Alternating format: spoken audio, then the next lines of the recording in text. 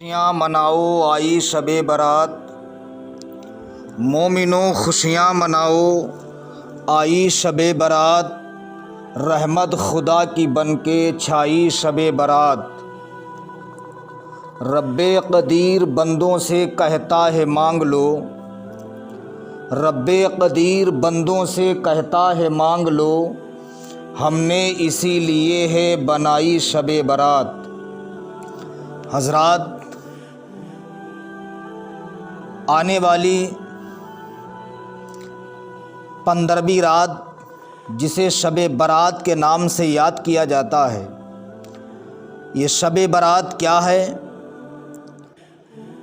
داماد مصطفیٰ حضرت علی رضی اللہ تعالی عنہ سے روایت ہے، ارشاد فرماتے ہیں، آقا کریم صلی اللہ تعالی علیہ وسلم نے ارشاد فرمایا کہ جب شعبان کی 15ویں رات ہو تو اس رات کو قیام کرو اور دن کو روزہ رکھو، کیونکہ اس رات میں اللہ تعالیٰ کی تجلی آفتاب کے غروب ہونے کے وقت سے ہی آسمان دنیا پر ظاہر ہوتی ہے، اور اللہ تعالیٰ فرماتا ہے، کیا کوئی بخشش مانگنے والا ہے اسے بخش دوں؟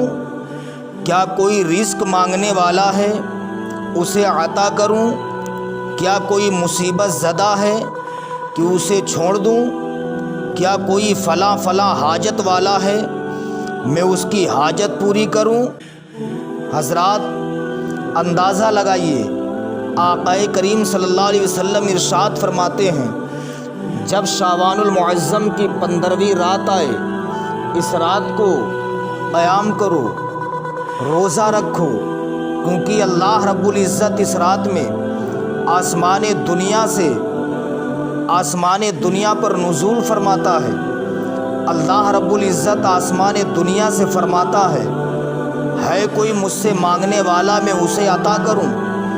ہے کوئی مجھ سے روزی طلب کرنے والا میں اس کو رزق عطا کروں؟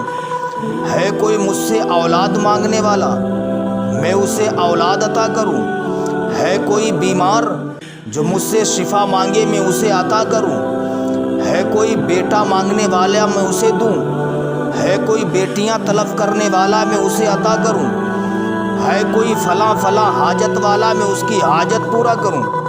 آسمان دنیا سے رب قدیر ارشاد فرماتا ہے، ہم تو مائل با کرم ہیں کوئی سائل ہی نہیں، ہم تو مائل با کرم ہیں کوئی سائل ہی نہیں، راہ دکھلائیں کسے رہ ربے منزل ہی نہیں۔ حضرات، یہ وہ عظیم الشان رات ہے جس رات کے بارے میں ترمذی شریف کی حدیث ہے، حضرت عائشہ صدیقہ رضی اللہ تعالی عنہا سے روایت ہے، آقا کریم صلی اللہ علیہ وسلم نے ارشاد فرمایا، شعبان المعظم کی 15ویں رات کو اللہ رب العزت آسمان دنیا پر نزول فرماتا ہے، قبیلے بنو کلب کی بکریوں کے بالوں سے زیادہ اس رات میں اللہ رب العزت گنہگاروں کی مغفرت فرما دیتا ہے۔ اندازہ لگائیے، اللہ رب العزت آسمان دنیا پر نزول فرماتا ہے اور اس رات میں اللہ رب العزت قبیلے بنو کلب کی بکریوں کے بالوں سے بھی زیادہ گنہگاروں کی مغفرت فرما دیتا ہے۔ یہ رات اتنی عظمت و برکت والی رات ہے، آقا کریم صلی اللہ تعالی علیہ وسلم نے ارشاد فرمایا، اے عائشہ، کیا تمہیں معلوم ہے یہ کون سی رات ہے؟ حضرت عائشہ صدیقہ رضی اللہ تعالی عنہا عرض کرتی ہیں، یا رسول اللہ، مجھے نہیں معلوم، آپ بتائیے۔ آقا کریم صلی اللہ علیہ وسلم نے ارشاد فرمایا، اے عائشہ سنو، فیہا ان یکتبا کل مولود من بنی آدم فی ہذہ سنتی وفیہا ان یکتبا کل ہالک من بنی آدم فی ہذہ سنتی وفیہا ترفع اعمالہم وفیہا تنزل ارزاقہم۔ اے عائشہ صدیقہ سنو، جو بچہ اس سال میں پیدا ہوتا ہے وہ اس رات میں لکھا جاتا ہے، اور اس سال میں جو آدمی ہلاک ہونے والا ہوتا ہے اس کا نام بھی لکھا جاتا ہے، اور اس رات میں ان کے اعمال اٹھائے جاتے ہیں، اور اسی رات ان کے رزق اترتے ہیں۔ اسلامی بھائیوں، ذرا اندازہ لگائیے، یہ اتنی عظمت و برکت والی رات ہے جسے شب برات کہتے ہیں، یعنی شعبان المعظم کی 15ویں رات۔ اس رات میں جو بچہ پیدا ہونے والا ہوتا ہے اس کا نام لکھ دیا جاتا ہے، جو ہلاک ہونے والا ہوتا ہے اس کا نام لکھ دیا جاتا ہے، بندہ کتنے دن زندہ رہے گا اس کا نام لکھ دیا جاتا ہے۔ اسلامی بھائیوں، اس رات میں ہمیں اور آپ کو چاہیے کہ ہم زیادہ سے زیادہ رب کی بارگاہ میں اپنے گناہوں سے توبہ کرتے رہیں، زیادہ سے زیادہ اللہ رب العزت کی بارگاہ میں اپنے گناہوں سے معافی طلب کریں، اس لیے کہ شب برات اس لیے اس رات کو کہتے ہیں گناہوں کو بخشوانے والی رات، گناہوں کو مٹانے والی رات۔ شعبان المعظم کی 15ویں رات ایسی رات ہے جس رات میں آقا کریم صلی اللہ علیہ وسلم مدینہ شریف کے جنت البقیع شریف کے قبرستان میں گئے ہیں، مردوں کے لیے، مرحومین کے لیے دعائے مغفرت کی ہے۔ یہ آقا کریم صلی اللہ علیہ وسلم کا زیارت قبور کے لیے جانا اس لیے تھا تاکہ نبی کی امت کو معلوم چل جائے کہ جب شعبان المعظم شریف کی 15ویں رات ہو، اس رات میں ہمیں اور آپ کو چاہیے کہ ہمارے دوست و احباب کا اگر انتقال ہو جائے ہم ان کی قبروں پر جائیں، والدین کی قبروں پر جائیں، مرحومین کے لیے مغفرت کی دعائیں کریں، اس لیے کہ اس رات میں اگر مرحومین کے لیے مغفرت کی آپ نے دعائیں کر دیں تو انشاءاللہ اللہ مرحومین کی مغفرت فرما دے گا۔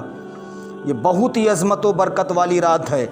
اس رات میں اللہ رب العزت قبیلے بنو کلب کی بکریوں کے بالوں سے زیادہ گنہگاروں کی مغفرت فرماتا ہے۔